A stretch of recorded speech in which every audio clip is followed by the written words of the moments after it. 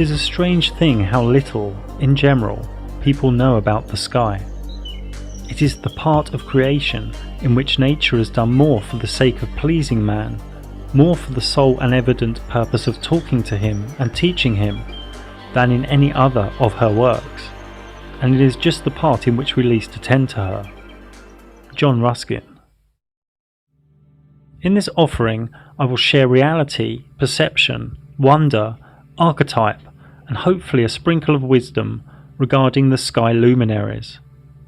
Many are looking to the horizon, to the shape, to computer screens, to other land, to mental models, but not many are looking up at what is actually real and observable. Most notable in the Luminaries' Mysterium is what we call the sun, an epic and enigmatic source of real cycles, real energy, and real wonder. There is nothing new under the sun. Truth is singular and eternal. The sun is a focal point of life-giving heat and light. Only a fool states they know what it is.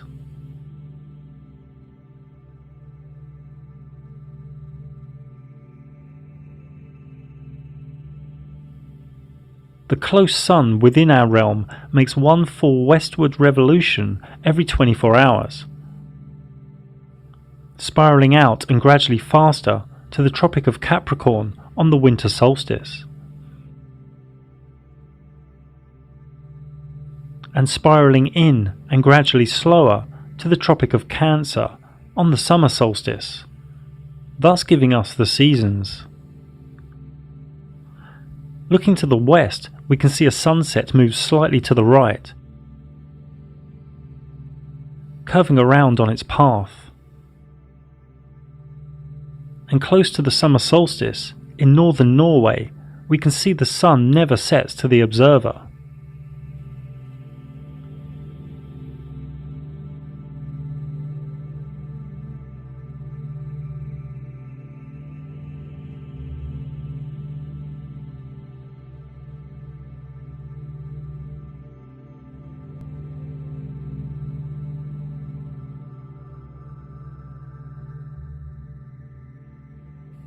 Here is another way to view the summer solstice. The smaller dome here is a human's observable area, and the larger dome could be presented as a flat sky. This is still an unknown. Here is another way to look at the equinoxes.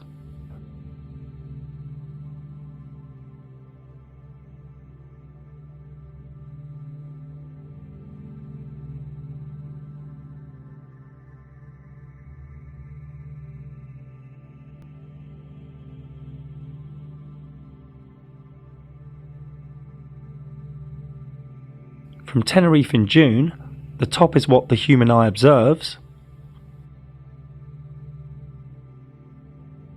and below is what is really going on.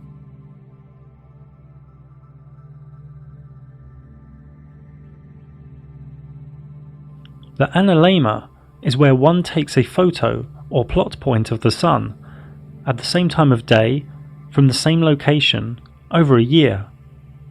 This is from Hong Kong in the Northern Hemisphere, and there is a bigger loop for when the sun is in the Southern Hemisphere, because the sun covers more distance there in its orbit. This clearly shows that the orbit of the sun expands and contracts.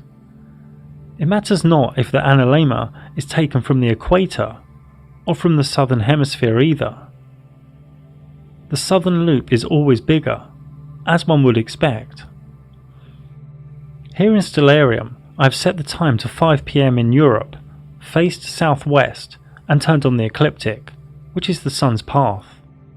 When we keep jumping 24 hours ahead, we can see the sun has completed one orbit each time, and in late May we can see it's getting higher in the sky towards the summer solstice on the 21st of June,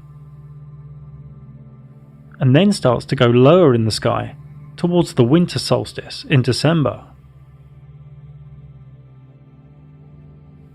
Don't let anyone sell you the 23 hours and 56 minutes a day nonsense.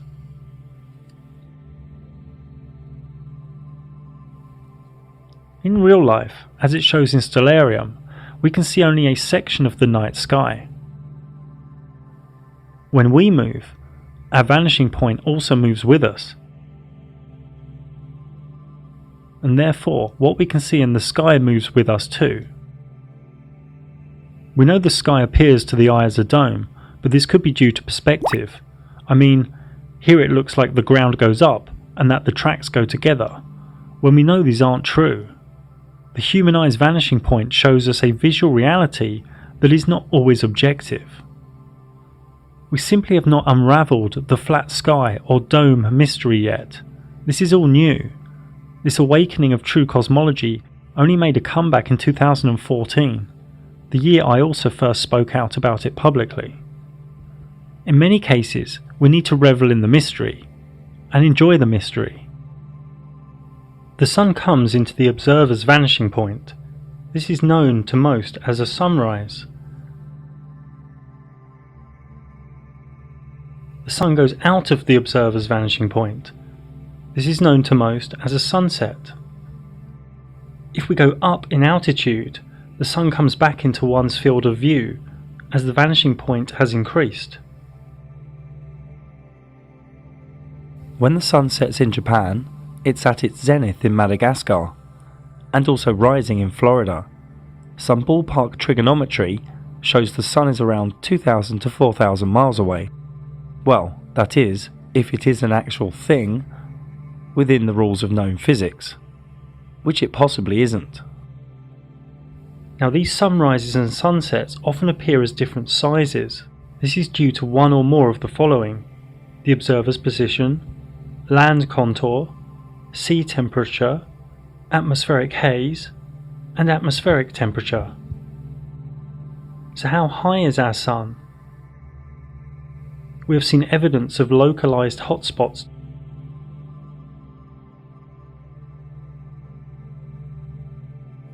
This blue sky layer is around 15 kilometers thick. Why it's blue, nobody really knows. Some say scattering, some say ionized gases, others say plasma. The truth is, it is also a part of the Luminaries Mysterium. This puppy isn't 93 million miles away. If you believe that, then you've had too much exposure to government scripture. I've even heard rumours that some lovers love each other so much that they have a child, and then they give the child away most of the week to centres that program them with government scripture. But that's all for another time. The sun doesn't have flares, but it does have sunspots. Nobody knows what these are or what creates them, but they do help us prove that the sun above oscillates, which appears to the observer as rotation.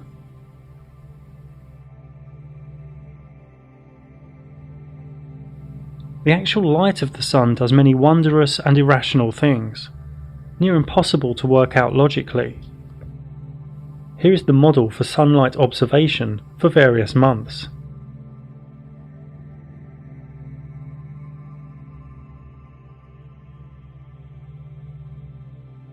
Actual sunlight at any one time is never the same for two different observers. Sunlight has evidence of curve, bend, bulge, mystery, beauty and wonder. The reasons are unknown, and that makes so many uncomfortable.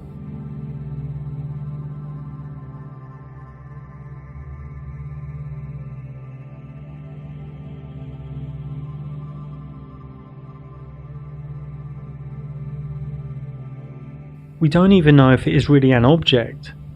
We do know it is a focal point of light and heat. For me, it is probably intelligent consciousness in some way, maybe half in this reality and half in another. It could just be far beyond our comprehension altogether, a reflective or geometric masterpiece of spiritual consciousness, a luminary of the Mysterium. The sun has been worshipped and measured for aeons. The Aztec sunstone calendar marks our present world as the fifth sun to them. The Aztecs saw themselves as the people of the sun, whose divine duty was to sacrifice blood to provide the sun with its nourishment. In India, the Konark Temple of the Sun in Orissa, from at least 2000 BC, has complex and intricate sundials. These 24 wheels use complex and detailed shading and measures a magnitude of different units of time and cycles, mostly from sunlight. All around the world there are symbols for the sun, and temples aligned to the sun, marking the solstice and equinox. Astrologically, the sun represents one's basic personality, ego, and outward vitality. It rules the star constellation of Leo. There are many sun gods all around the world, from Egypt to India, and to the current Jesus archetype in Christianity. Now, much of Christianity is about the sky luminaries, known as astrotheology. Jesus is the Son of God, the sun that travels through the 12 zodiac signs. 12 disciples he travels around with, 12 brothers of Joseph, 12 tribes of Israel. The Last Supper painting by the alchemist Da Vinci shows all the zodiac signs having the Last Supper of the year before the crucifixion of the sun in November, after the kiss of death by Scorpio, Judas. The birth of Jesus on the 25th of December is when the sun rises from its lowest point of the year. The sun is born. Now, these stories you can find in other sun deities that are much older than Jesus. The Roman Emperor Constantine, pretty much the founder of Christianity, was a sun worshipper, even after he gave Christianity to the masses in the early 4th century. He also changed the day of worship from the Sabbath to Sunday. The sun was a big part of the secret recipe for the Hermetic alchemists, for the creation of the Philosopher's Stone. And it sits at the centre of the Kabbalistic tree of life. In the Srimad Bhagavatam, it states in 11.22.31, "Sight, visible form, and the reflected image of the sun within the aperture of the eye all work together to reveal one another. But the original sun standing in the sky is self-manifested. Similarly, the Supreme Soul, the original cause of all entities, who is thus separate from all of them, acts by the illumination of his own transcendental experience, as the ultimate source of manifestation of all mutually manifesting objects." Democritus, in BC, said a quote that will help us as we continue through the other luminaries. "It will be apparent that it is difficult to discern which properties each thing possesses in reality." The moon is the other large luminary in the sky. It has always been an enigma. It has always been worshipped, and its energy through its mystical phases affect much life in this reality. A mystic once said, "Look at the moon in the sky, not the one in the lake." Another said, "Moonlight drowns out all but the brightest stars." A Taoist author once said, "The moon does not fight, it attacks no one, it does not worry, it does not try to crush others. It keeps its course, but by its very nature, it gently influences." The moon is the same size and distance as the sun, and follows close to the sun's path, the ecliptic. The moon takes about 24 hours and 51 minutes to complete a revolution above us, slower than the sun. The moon is always close to the ecliptic, within 5 degrees above or below. It also comes and goes, just like we saw with the sun. The moon crosses the sun's ecliptic approximately every 2 weeks. These crossings are known as lunar nodes. If it crosses the ecliptic at full moon, we have a lunar eclipse. If it crosses the ecliptic at new moon, we have a solar eclipse. Remember this for later. The moon takes an average of 29 days, 12 hours and 44 minutes to go through one lunar month, one lunar cycle, from new moon through waxing, full, waning, back to new moon. Because of this motion, the moon has a point in time each lunar month when it is closest to the Earth, perigee, and a point in time where it is farthest from the Earth, apogee. The Sun moves faster than the moon. The Sun catches up with it, creating a new moon, and then speeds ahead of it. More accurately here, we can see the lunar phases are caused by the relative geometry of the moon to the Sun in the flat Earth sky. These two luminaries are linked by what one could call pranic, magnetic electro, or chi energy. The first quarter moon is when it is half illuminated and occurs when the Sun and Moon are 90 degrees apart in the sky. At full moon, the moon is fully powered and fully illuminated when the Sun and Moon are 180 degrees apart in the sky. The moon self-luminates and self-deluminates. It powers up and powers down. There is evidence to suggest this geometric relationship creates the tides in the oceans too, as salt water is ionized and can react to magnetic electro. Another way of talking about the motion of these luminaries is to say the moon travels 14.5 degrees an hour and the Sun 15 degrees an hour. So the moon loses 12 degrees a day on the Sun. People are okay that the Sun is self-luminating, so people should also be okay that the moon is self-luminating too.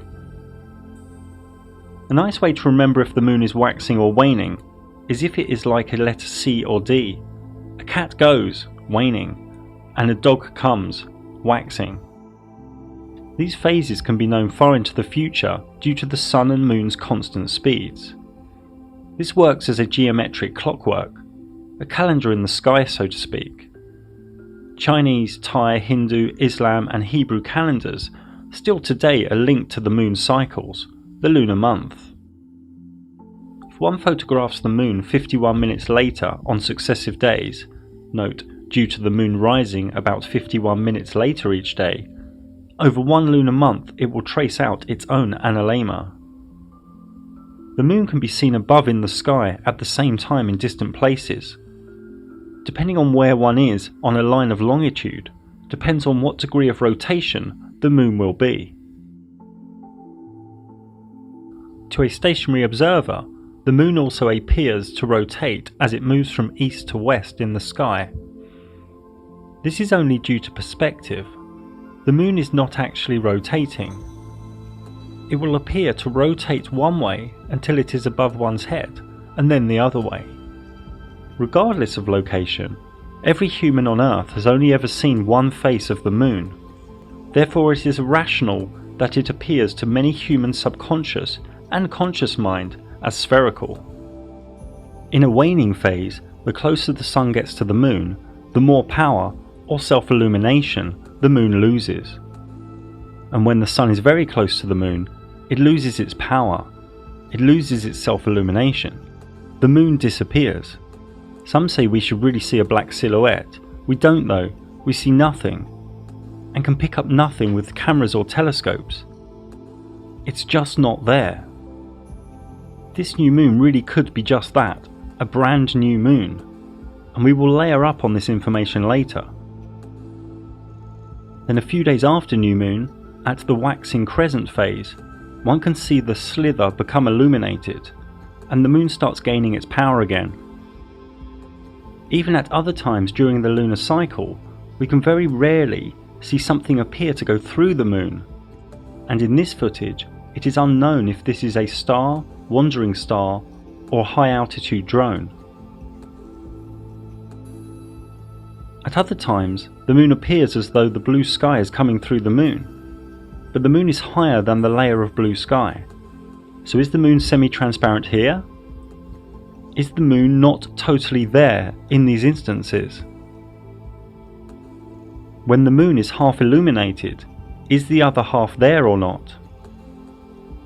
Again, the Luminaries Mysterium has not given us a clear and rational answer as yet.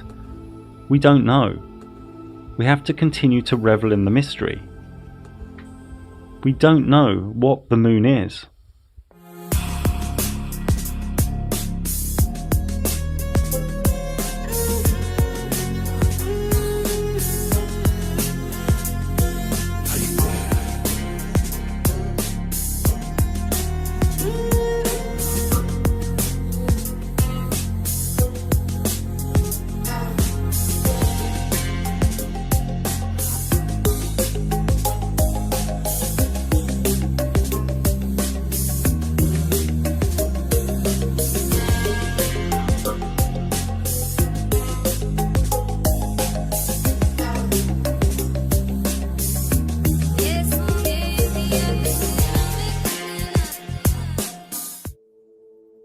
We don't know what craters are.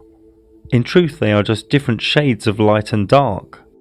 Worth noting though, that in the electric universe community, laboratory experiments using electric arcs by plasma physicist C.J. Ransom created craters. Is the mainstream story for the 22-degree halos another wild myth? It's almost as if the moon and sun are piercing into this reality, or piercing into a layer in our sky. Both look like spheres to our subconscious, but simply this cannot be so. The moon gives us energy for sure, but whether it is a projection, an actual object, or even an old malfunctioning sun, we don't know. The word eclipse comes from a Greek word meaning abandonment. Quite literally, an eclipse was seen as the sun on a solar eclipse and moon on a lunar eclipse abandoning Earth. The lunar eclipse is only possible exactly on a full moon, when the sun and moon are directly opposite, and also when the moon is at the crossing point of the ecliptic, at the lunar node, when H1 and H2 in the image are at the same altitude. This is all akin to a super tight and accurate astrological aspect of opposition.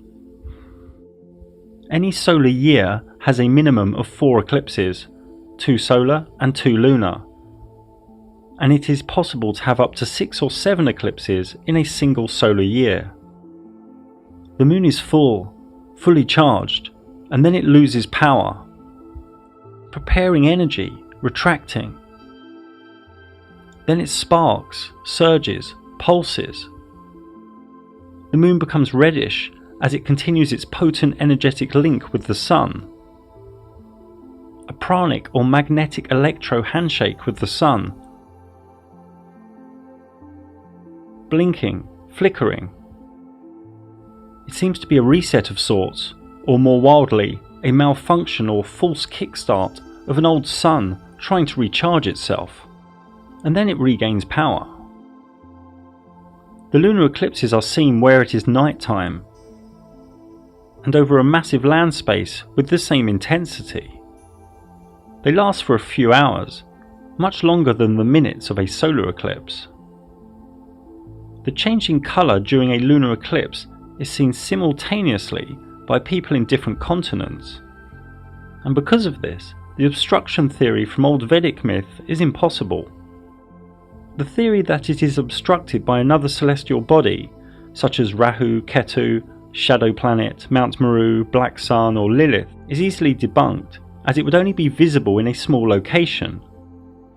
You see, with this lunar eclipse, any obstructing body would be huge, many times bigger than the moon. The solar eclipse has caused fear and been associated with myth, legend and superstition throughout history. Even today, an eclipse of the sun is considered a bad omen in many cultures. Esoterically and astrologically, I would say never make a big life decision near or on an eclipse, only unless you really know what you are doing with bringing the energy down and harnessing it. Predicting eclipses has been going on for millennia too, as early as 600 BC by Thales. Saros astrology can predict eclipses, and this goes back to Chaldean and Babylonian astronomers. A solar eclipse is only possible exactly on a new moon, when the sun and moon are directly together, and also when the moon is at the crossing point of the ecliptic, at the lunar node, when H1 and H2 in the image are at the same altitude. This is all akin to a super tight and accurate astrological aspect of conjunction. Now, many strange humans think there is 93 million miles between these two luminaries, and one is 400 times bigger. This is where the moon is. It cannot be anywhere else. But as we saw earlier, the moon is transparent, stroke disappeared, at this time. We believe the moon is passing over the sun. It should be. But looking at these filtered images, nothing is there. It matters not what one does with telescope or imagery software, one cannot find a trace of the moon. It is as though the sun eats itself. It's really important you understand the moon is not there. Then you might wake up to the magic and mysticism of this realm we are in. Totality during a full solar eclipse can only be seen from a very small area on Earth. This area is usually about 100 miles or 160 kilometers wide, and about 10,000 miles or 16,000 kilometers long. Areas outside this track may be able to see a partial eclipse of the sun. This thin strip is pure flat Earth truth, as a shadow is never smaller than the object casting it. Many think the Vedic dark luminary of Rahu covers the sun. Rahu, the god of darkness, the black sun, the shadow planet. This cannot be true, as the total solar eclipse lasts for only a few minutes at any given place. Objectively, all we know is the sun appears to eat itself due to the pranic handshake. A resetting, a new sun cycle, a refreshed sun. The Vedic myths of Rahu and Ketu are simply archetypes of the lunar nodes, and their myths are spoke of at length in my free moon ebook. There are three types of solar eclipse: partial, annular, and total. The difference between a total and annular eclipse helps to confirm that the moon moves closer and farther from us, perigee and apogee. I wrote a thesis in the moon book about whether the moon could be an old malfunctioning sun. Let go of old notions and listen to the logic. The moon is the same size and altitude as the sun. The moon travels in almost the same trajectory as the sun. The moon is a little slower than the sun. The moon's power and charge is directly linked by its geometry to the sun. Both affect plants and animals, and all life on Earth.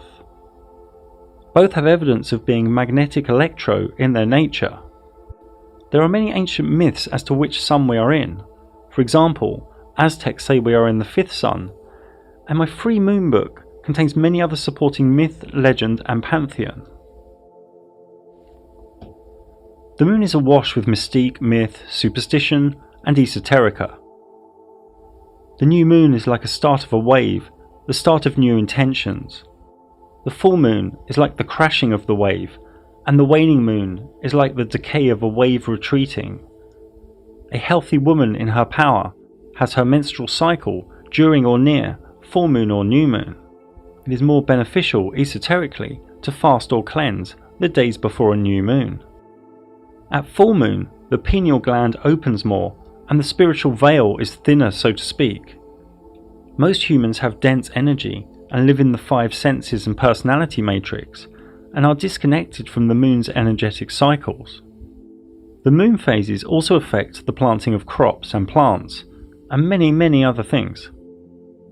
In astrological terms, the moon is one's soul, emotions, moods, and subconscious, and is home in the sign of Cancer, which links to feelings, trust, intuition, nurture, and mothering. The moon has over 100 deities from all around the world, dating back millennia. These cover moon worship, adoration or veneration of the moon, a deity in the moon, fertility, or a personification or symbol of the moon. Most notably Diana with the Romans, and the earlier Greek Selene, Artemis, Hecate triad. Some even say Islam and Allah came from a lunar cult, from pre-Islamic Arabic myth. In Hermetic alchemy, the sun and moon need to be reconciled within the self. The inner male and female, logic and emotion, communication and feeling, all united in perfect balance before the elixir can be achieved. The moon is the violet ninth Sephiroth in Kabbalah, and is linked to initiation and many other things. In ancient Arabia, the moon's path through the 12 zodiac signs over a lunar year was split into 28 lunar mansions. with each one ruled by a spirit that could be invoked. Talismans and amulets were used within this system too. No matter which mansion, benevolent magic was done on waxing moon and malevolent during waning. This system was popular in the Renaissance period in Europe, and one can still find it in use to this very day. Her charms are for sure a mystery unto herself. The word planet comes from the Greek word planetos, meaning wandering star. The wandering stars are 8 specific luminaries in the sky. From the left in the image, Mercury, Venus, Mars, Jupiter, Saturn, and the dimmer and slower Uranus, Neptune and Pluto. The wandering stars are rays of energy, and they represent certain ideas and archetypes that all ideas and archetypes root back to.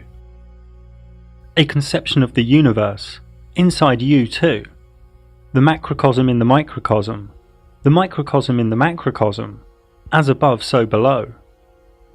Each of the wandering stars are linked to certain symbols, myth and deity, as we will soon see.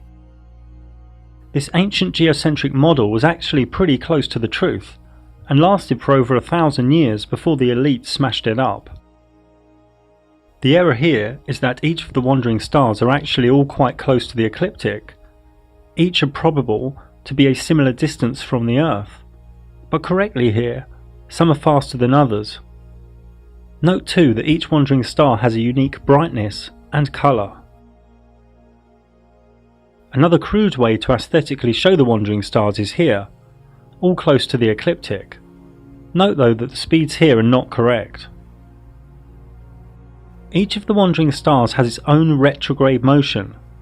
Retrograde is a term used to describe the phenomenon of each wandering star stopping and then reversing direction in the flat Earth sky, before continuing forwards again. A famous aesthetic depiction of the wandering stars was from the model from Ptolemy, who died in 160 AD. His model, mocked today by the masses, was actually quite close to what is. This model is close, but each wandering star is actually close to the ecliptic, less of a distance between them. Therefore these bigger circles and orbits and gaps are not correct. Also, it is not certain if the retrograde motions are doing a loop in altitude, or simply going into retrograde at the same altitude. I cannot repeat enough that each wandering star has a unique motion stroke cycle that is independent from all other sky luminaries. These motions, no matter how they are depicted, always present harmonic geometry. We will go into this a little more later. One could do hours on each of the wandering stars. I aim to share a few minutes regarding each of their motions, characteristics and archetypal energy, the core force of prana from each. Mercury comes from the Latin of miércoles. It has an English translation meaning Wednesday. Mercury rules Wednesdays. Mercury is not what the elite want you to think it is, a rotating spherical rock 50 million miles away, has mind-controlled the masses. The adjectives that come to my mind are divine, geometric, fractal, interdimensional and conscious. Mercury always travels close to the Sun, and due to this it is the most difficult to see with the naked eye. Here I've turned off sunlight stroke daylight so we can move forward 24 hours a click and see its motion forwards, retrograde, then back to the same point again. Its repeating cycle taking 88 days to complete. If we look at any astrological chart depiction, all luminaries revolve around the flat Earth in the middle, all close together at the ecliptic. The Moon may be appearing to move quickly here, but it's actually going slower than the Sun, so it falls behind every 24 hours. Mercury stays close to the Sun, passing it, then retrograding behind it. Does Mercury orbit the Sun? Is this a loop, like Ptolemy thought? We don't really know for sure, but it is probable at least sometimes due to Mercury sometimes not passing behind the Sun, but passing in front of the Sun, 13 or 14 times per century, known as the Mercury transit. Now one needs special filters to witness this, and it helps prove just how small the wandering stars are. The next Mercury transit is in November 2019, then in 2032. This event lasts about 6 hours or so. So usually Mercury passes behind the Sun, or does it do something similar to the Moon and disappear when close to the Sun? Who's to say it hasn't disappeared when in front, and the black circle is due to some magnetic electro or pranic handshake, akin to a solar eclipse? It is said that Mercury has phases, just like the Moon, a long 88-day cycle to complete the phases. This graphic is crude. I'm again not saying it loops, and this could be drawn as a straight line or an ellipse or a circle, but it shows, like the Moon, the side closest to the Sun is self-luminated. That the 26% phase on the left is bigger than the 51% phase next to it. If these images are trustworthy, this would suggest a looping higher in altitude during retrograde. Mercury astrologically signifies mind, learning, communication, thoughts, logic, reason and knowledge.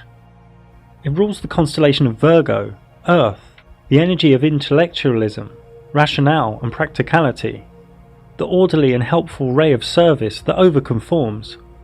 It also rules the constellation of Gemini, Air, the energy of information, intelligence, change, talking, being social, spontaneous, fickleness and indecision.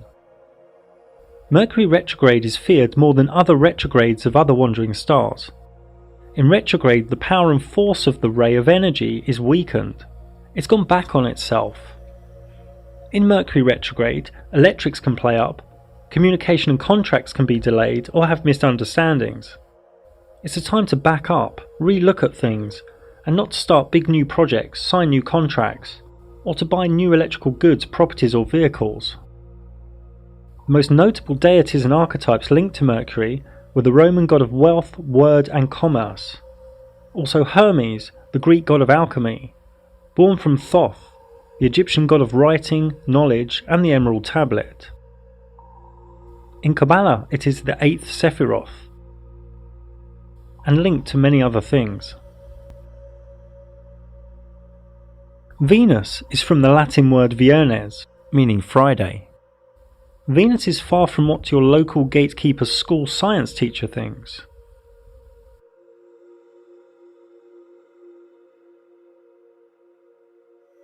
Here we can see the Sun and Moon, Mercury in orange and Venus in small white.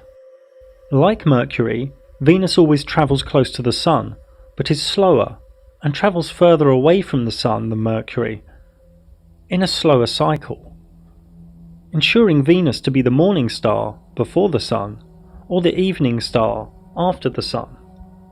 This Venus cycle takes 225 days. To the naked eye, Venus doesn't appear to twinkle, but instead glows with a bright and steady silvery light, making her the second brightest light in the night sky, after the Moon. Out of the wandering stars, it is only Venus and Mercury that have phases. So Venus also appears to get smaller and bigger, so again, it either has an apogee and perigee, or it simply gets smaller and bigger where it is, at the same altitude. Here we can see some esoteric labels for Venus' different phases, known as its underworld cycle. Its descent from the evening star to its birth as the morning star. Again, this doesn't have to be drawn as a loop or orbit of the Sun, it could be a straight line. Her full synodic cycle, from inferior conjunction to inferior conjunction, takes near 584 days, or about 1.6 years. This is due to the interaction of Venus's 225-day cycle with the 365-day solar cycle.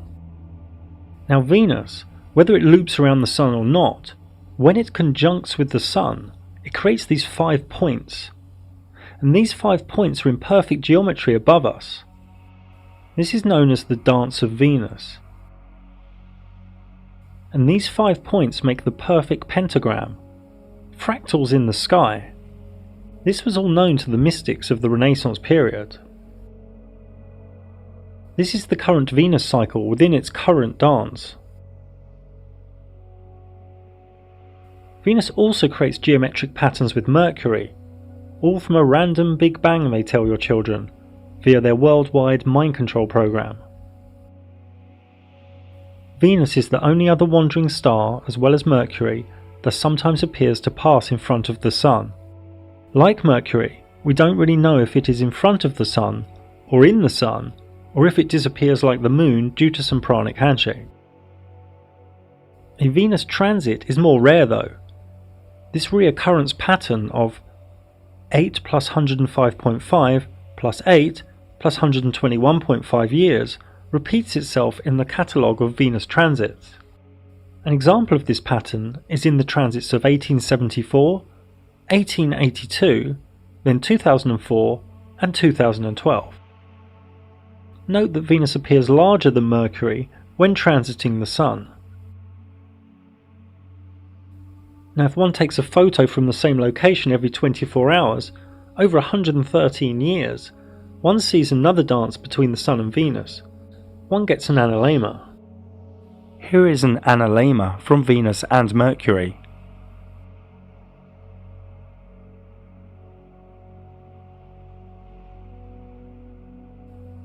It can be argued that both orbit the Sun.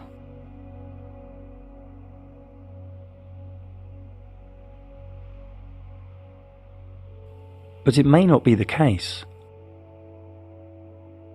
Look here. This dot is moving in a simple elliptical path. But if other dots are added, it appears to now go vertical. Vertical up and down, but side to side. It is only elliptical when presented alone, so don't jump to conclusions with Venus and Mercury. Venus astrologically signifies aesthetic beauty, romance, courting, relationship dynamics, gentle harmony, grace, and the sensual feminine. It rules the constellation of Libra, air, the energy of balance, harmony, the lover, analysis, and strong mind.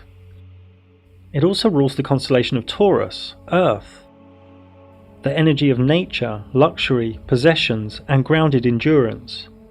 Venus retrograde is not really the time to start new big relationships or to get married.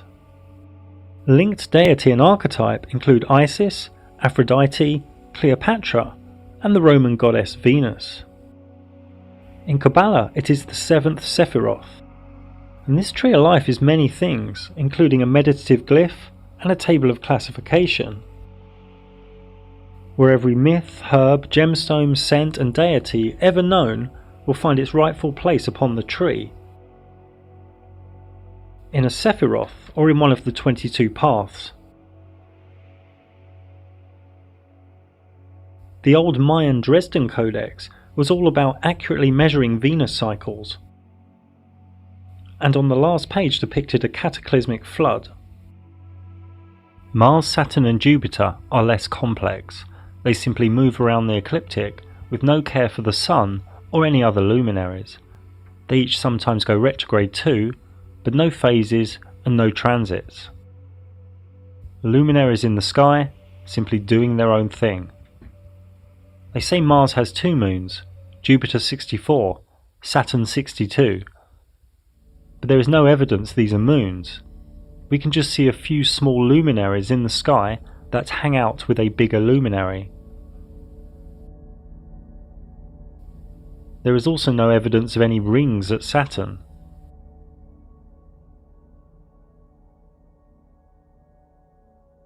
This animation you should understand more now. Venus, Mars, Saturn and Jupiter have been added and are moving 72 hours a click. Mars takes 687 days to complete its cycle. Jupiter takes 12 years and Saturn takes 29 years. If you don't understand this animation fully, don't worry, we will layer up more later. Again, due to their retrograde motions, many geometric patterns can be found between these wandering stars. Mars rules Scorpio and Aries, and is the energy of the daring warrior, strength, action, destruction, the male principle. It's linked to gods of war. Jupiter rules Sagittarius and Pisces. It is the energy of expansion, journeys, faith, wealth, mercy and fortune, and is linked to deities of justice and kings. Saturn rules Capricorn and Aquarius. It is the energy of restriction, limiting, discipline, solitude, structure. It is linked to deities that reap. Many people freak out due to the archetype of Saturn that eats children. This is really just to show that it is slow and returns when one is no longer a child. But for sure, the current elite do like to munch on a child sandwich when they get together. In Kabbalah, Mars is the 5th, Jupiter the 4th, and Saturn the 3rd Sephiroth. And again, each force of energy has many attributes in the Kabbalistic tables of correspondence.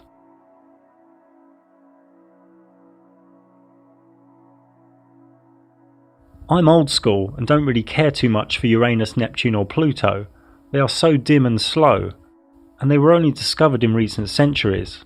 They say Uranus has 27 moons, Neptune 13 and Pluto 5. Again, just tiny lights in the sky that hang out. These three generational forces simply move around the ecliptic super slow. Uranus takes 87 years, Neptune 165 years, and Pluto 248 years to get back to the same place, on the ecliptic. To complete their cycle, to get back to the same place on the ecliptic. They are known in the matrix as outer planets, but in reality they are simply dimmer and slower, and there is no evidence they are further away. Due to points of retrograde over tens of thousands of years, Uranus and Neptune will do their own geometric dance. Uranus is the energy of rebellious change, freedom, revolution, and awakening. Neptune, the energy of dreams, mystic awareness, and idealism. Pluto, the energy of subconscious forces, death and rebirth, power, obsession, and truth. There is a whole host of geometry in the sky when looking at various combinations of wandering stars, but no evidence of spheres, rocks, gas giants, light years, or any other of the government fairy tales. The wandering stars are each magnificent and radiant forces of energy that contain the human psyche and our subconscious archetypes. The wandering stars have many tables of classification and attributes.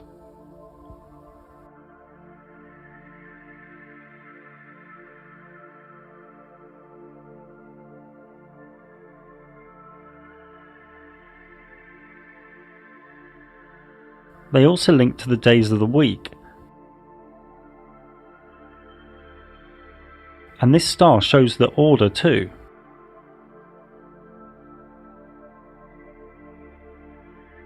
Now, in the time of alchemy, Greek mystics, and then the Renaissance period, many mystics created art of what is known as the celestial spheres.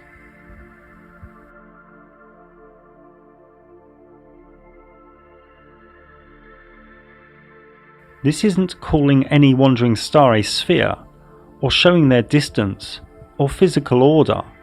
These show the levels of vibration, the levels of frequency, from a spiritual perspective. They always take the order Earth, Moon, Mercury, Venus, Sun, Mars, Jupiter, Saturn, the firmament of fixed stars, then into the world of divinity, the premium mobile,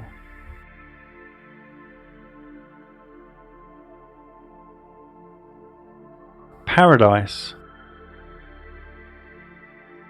infinity.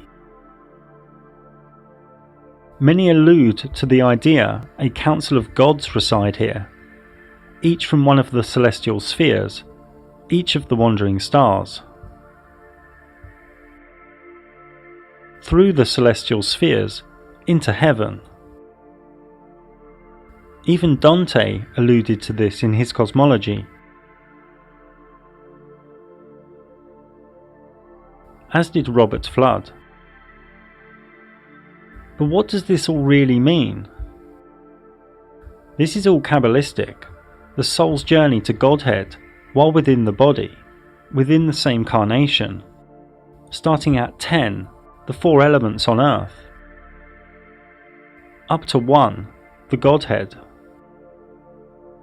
In Kabbalah, when we actually see a wandering star with our eyes, for example Jupiter, this is the densest of the four worlds within that luminary. There are another 3 levels of vibration spiritually for each wandering star that the eyes cannot see. And Kabbalah uses these forces as a climbing frame and roadmap, so to speak. Many of you have fear of this information and call it bad, but Kabbalah and rays of energy in this realm are neither good or bad, they just are. The key is really the individual's own level of purity. I go into this much more in a book I wrote over 10 years ago now. Now, Cornelius Agrippa was a German theologian and Christian mystic. He wrote the Arbitell in the early 1500s. In his system, he created a clean and divine way, using the correct day and planetary hour, of having commune with the God force from each of the celestial spheres, from each of the 7 sacred wandering stars. Also known as the Olympic spirits from ancient Greece. These are like the one thing on a lower arc. They are fragmented aspects of its power. The Arbitell tells us that Olympic spirits, well, gods that rule the wandering stars, inhabit the firmament, which was the air and regions of space that held the stars together. The job of these gods is to declare destinies so far forth as God allows them. The gig here is not to worship the Olympic spirits, but to balance them in oneself and then move on to attain a unity with the God who expresses itself through these 7 rays. In the great book Corpus Hermeticum, it states in the book of the Sacred Sermon, "And the gods were seen in their ideas of the stars, with all their signs, and the stars were numbered, with gods in them." Also, "And heaven was seen in 7 circles, its gods were visible in forms of stars with all their signs, while nature had her members made articulate together with the gods in her, and heaven's periphery revolved in cyclic course, borne on by breath of God." Now for me, one reason for the NASA mind control and fake cosmology is that they really don't want people knowing this stuff. They even have so-called truthers, spiritualists, religious people and New Agers against this information too, cowering in fear, unable to objectively research. You see, this magical realm we are in, if known by the masses, would bring their whole physical-based system of control, greed and selfishness down in no time at all. So they spend hundreds of billions of dollars bringing everything into the dense physical. They are hiding divinity every way they can. You see, people walk past a statue of Michael or Mary, no problem. People put a priest between them and God, no problem. But talk about the gods within the celestial spheres, the Olympic spirits, and people freak out. The levels of conditioning are far beyond what is rational. And where do you think the Olympic rings came from?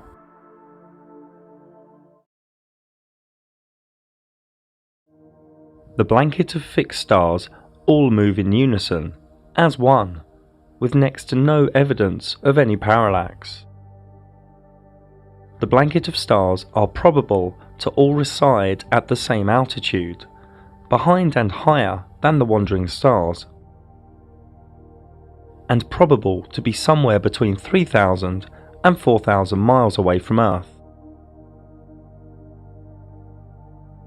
There are under 10,000 stars visible to the naked human eye, and because of the human eye's vanishing point, one can only see less than half of those from where one stands.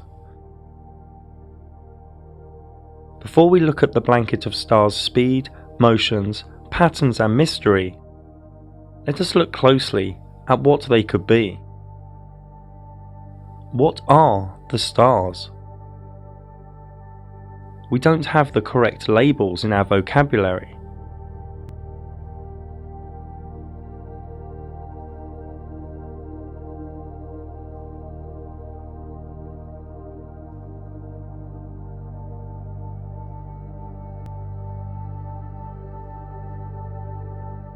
The words that arise for me are geometric, intelligent, fractal, divine, holographic, interdimensional. Some even appear as diamonds. Some hollow.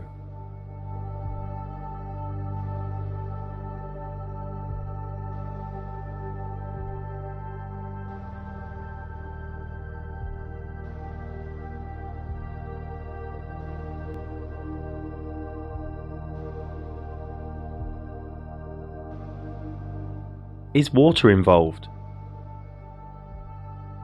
Is sololuminescence involved, where high-frequency sound waves in liquid cause a bubble to implode into light? Are cymatics involved?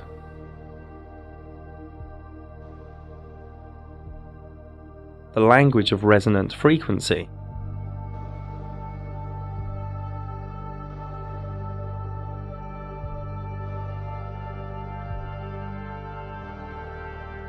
Some even think stars in this reality are technical and related to these metal balls that are said to fall to Earth.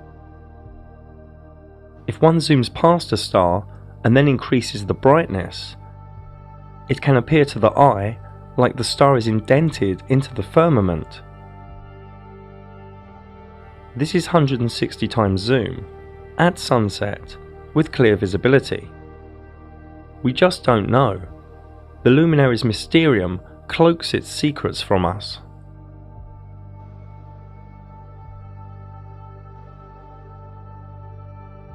The blanket of stars revolve around Polaris, the North Star above the central North Pole. With time-lapse we can see this, day after day, rolling out the lie of four motions. To find Polaris in the northern sky, just look for Ursa Minor or Ursa Major. From Chicago we look north and we see the stars rotate around Polaris, and from Paris.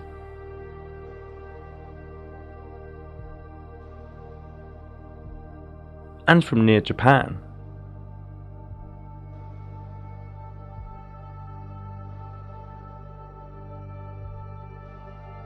This is from southern Spain. The stars complete one cycle, stroke one revolution, every 23 hours, 56 minutes and 4 seconds, making them a little faster than the Sun, with the Moon being the slowest of the three. Here is a macro way to present these northern star trails.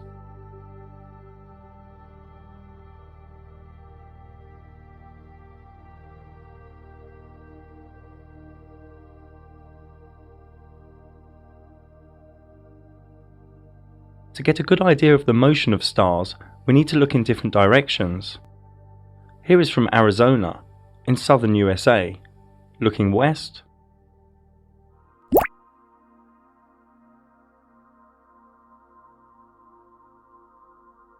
looking east,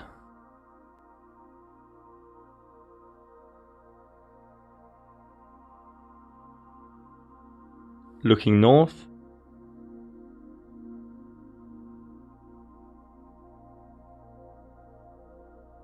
and looking south.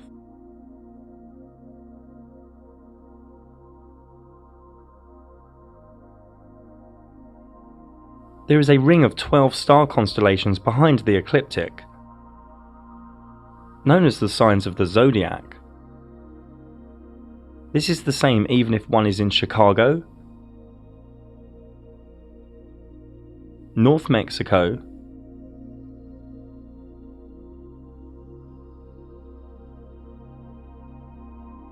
southern Chile, or anywhere on Earth. So if one splits the circular 360-degree ecliptic up into 12, one gets 12 times 30 degrees, each being a sign of the zodiac, which all takes 23 hours, 56 minutes and 4 seconds to revolve above us. These constellations appear upside down to people in the southern areas of Earth, for the simple reasons shown here. As the stars take 23 hours, 56 minutes, 4 seconds to revolve, and the Sun takes 24 hours to revolve, every 30 days or so, the Sun enters a new sign of the zodiac, and then will spend around 30 days there until the zodiac has overtaken the Sun again. This can be seen here too, with the zodiac being the outer thin ring of 12 signs. First we will move 2 hours forward a click. Then if we move 10 days forward a click, we see the zodiac speeding ahead, so the Sun therefore travels through the 12 signs of the zodiac over a solar year.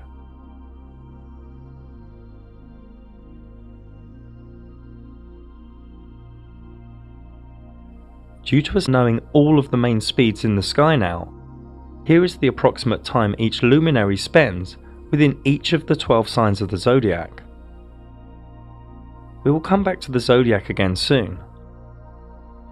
Many naturally think, whether under a dome or a flat sky, that all the stars move in unison the same way, but this isn't so. South of the equator, an observer can see a wheel in the sky to the south, spinning in the opposite direction. And here are more examples.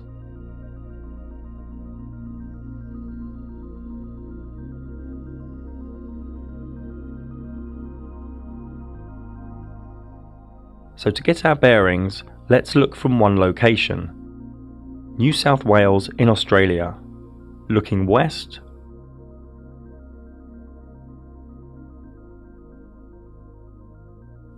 looking east,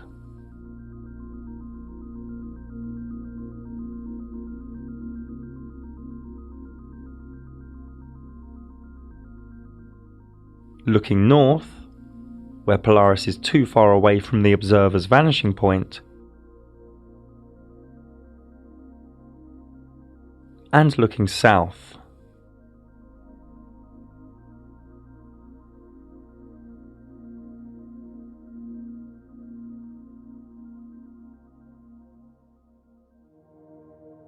So this wheel at the south is interesting for two reasons.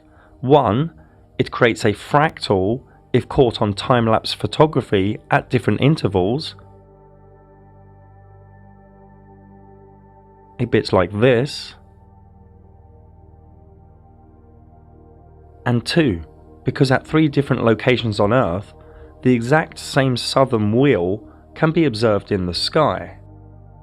Again, this could be under a dome or a flat sky, but having the same 3 wheels in the southern sky is still currently fully unexplained, using the logic we know thus far within this realm. Some say reflective duplication. Some say it is the North Stars refracted, reflected, or warped in some way.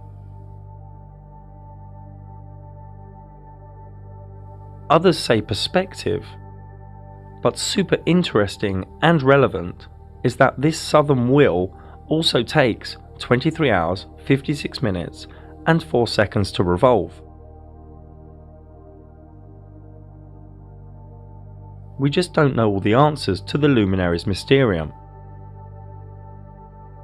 The precession of the equinox is a real phenomena. Over 26,000 years, the whole blanket of stars completes a tiny wobble, ensuring that the exact point above the North Celestial Pole moves in a small, super slow circle. This is all known as the Great Year.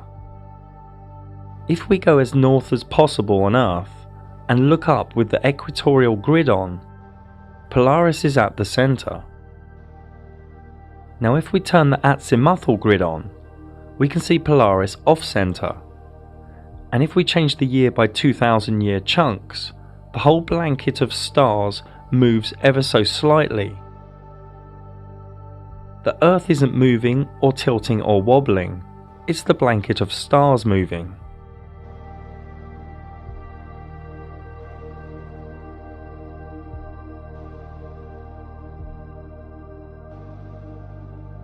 This movement in the sky is very slow, 1 degree every 72 years, so 360 degrees, a full revolution, every 26,000 years. The motion of the stars is like this. The zodiac signs move in one direction on the ecliptic, but the wobble is in reverse, hence the words precession of the equinox. So recently, from the age of Taurus, through to Aries, through to the current age of Pisces, and soon into the age of Aquarius. On every spring equinox, the sunrise to the east has the current age behind it, and we are coming out of Pisces into Aquarius. And due to the 1 degree wobble every 72 years, every 2,160 years or so, humanity enters a new age. Here is the equinox sunrise for the year 4178, deep into the age of Aquarius. So the sun goes slowly through all 12 signs in reverse on the spring equinoxes, before completing the great year, the precession of the equinox. This new age of Aquarius is arriving within the next 200 years or so. Aquarius is open-minded, inventive, intellectual, reformative, and adventurous. It is also unpredictable, defiant, unemotional, and rebellious. It focuses more on the group than the singular. The current system in illusory Pisces is already in its dying days before this new age ushers in. Moving on, the astrolabe is a beautiful and intelligent device, and can be traced back to around 200 BC. It has many uses, such as the sun's path and the time of day.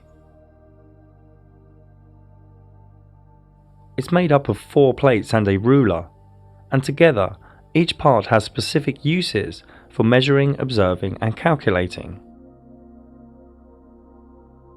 The device can be used for star locations, cardinal directions, wandering star positions, sunrise and sunsets, eclipses, and so much more. And this still works today.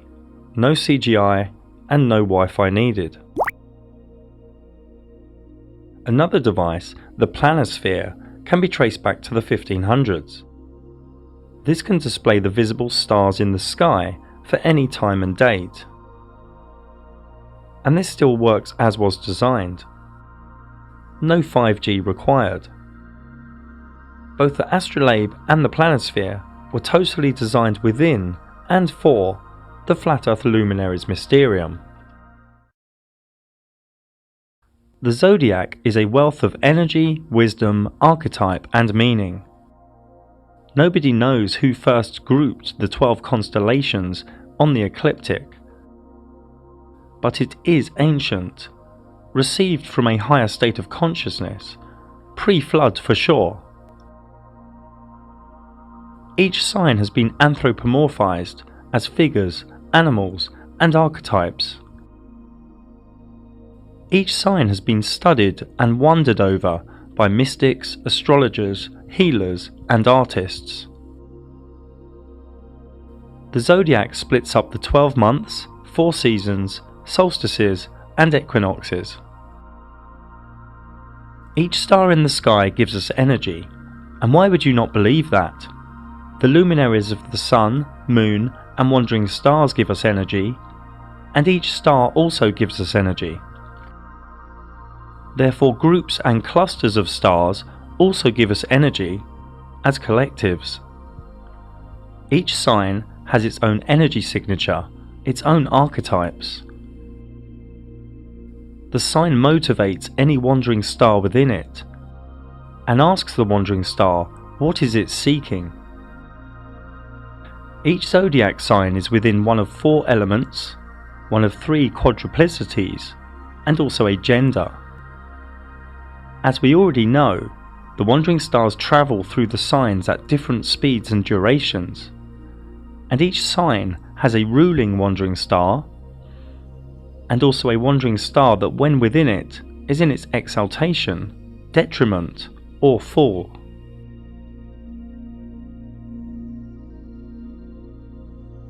What zodiac sign a wandering star sits in is key to how the wandering star is filtered, how the ray of energy plays out, how it functions, how it's motivated. And each combination of wandering star and sign is vastly different. You should understand most of these symbols now. Think of each wandering star as a function of the psyche within all human beings. Think of each zodiac sign as the location of what the particular psyche function is seeking, how and where it will play out. So this is what astrology is, the wandering star and the zodiac signs in constant movement behind the ecliptic. And their infinite amount of combinations allow for luminology/astrology to be achieved, recorded, projected and practiced. This is a repeatable science. Edgar Cayce once said, "The signs of the zodiac are karmic patterns, the wandering stars are the looms, the will is the weaver." The aspects are some specific geometry between the wandering stars on the circular ecliptic.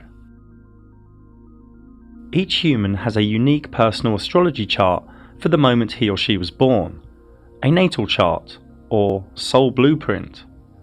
This natal chart holds one's talents, challenges, emotional and communication dynamics, evolution, and much more within it. The energies of the 12 signs are already within each human being, but each human being has a different balance of them, with amplifications and gaps. The evolutional quest is to be a perfect balance of all 12, all radiating in their best octave.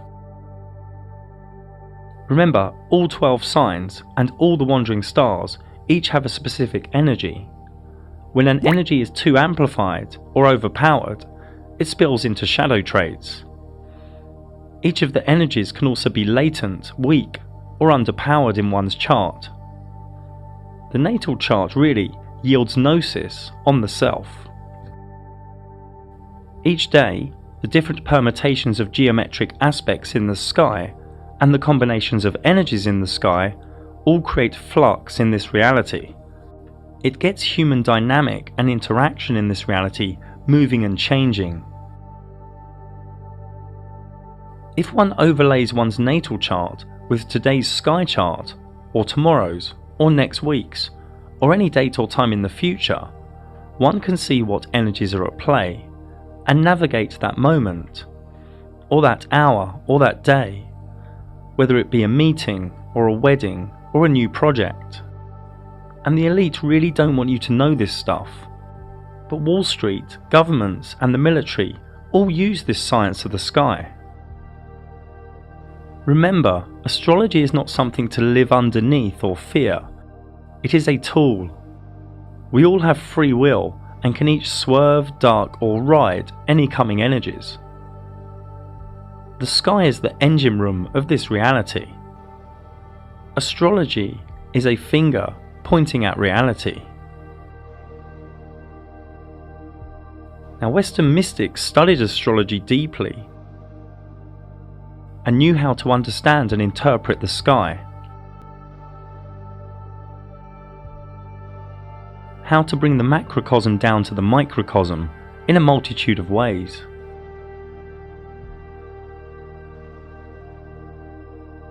Many self-initiatic mystery schools had an experience where, in a vivid dream or altered state, all the stars would fall into the person at once, and the initiate would wake up with a jolt, at a higher vibration, changed. You may think this is folly, but this is real. The zodiac signs are also related to the tarot, the major arcana. And each third of each sign is assigned to a minor arcana. Both are shown here. The profane think tarot is just for divination, but the tarot energies are forever present through the sky, through time, fitting like a glove to the energies of luminology. It might be wise to ask yourself why astrology is not taught at colleges or universities. I have had over 100 Flat Earth astrology clients, and for a deeper look into the changes Flat Earth brings, plus more about signs, aspects, orbs and houses, please see my dedicated video on this same channel. There are Flat Earth zodiac clocks and zodiac symbolism all around old European churches, so it's a little bit strange that many modern day Christians look at astrology as something bad. So sit back and take in the next minute or so.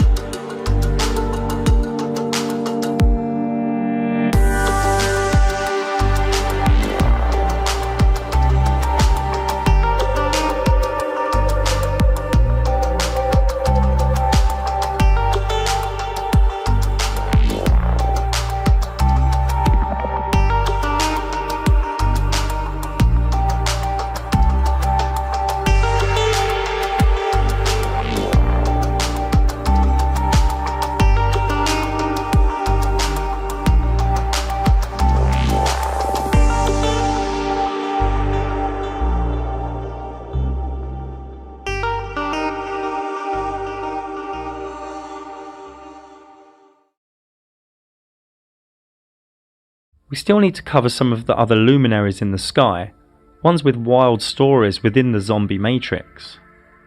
The idea of galaxies is deranged, just a luminary of cloudiness in the sky. This is what they call Andromeda. The idea of a black hole is idiotic, just a luminary that pulses in the sky.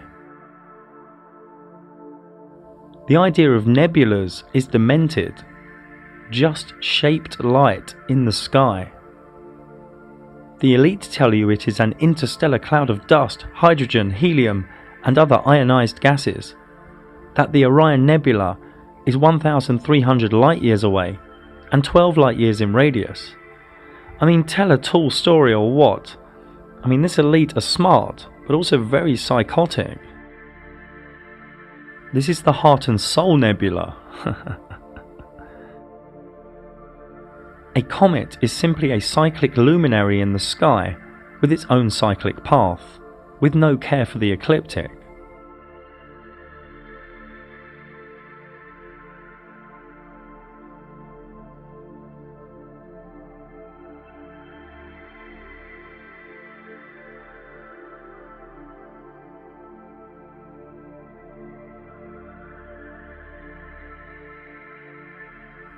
Shooting stars are simply lights that wisp across the sky, appearing randomly, but often at synchronistic moments.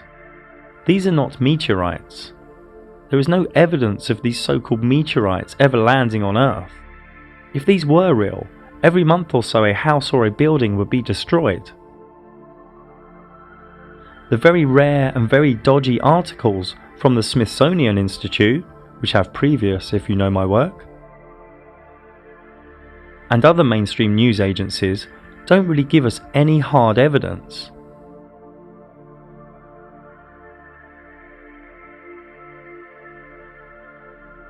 These scorched rocks do exist though, but obviously they do not come from the fairy tale that is outer space.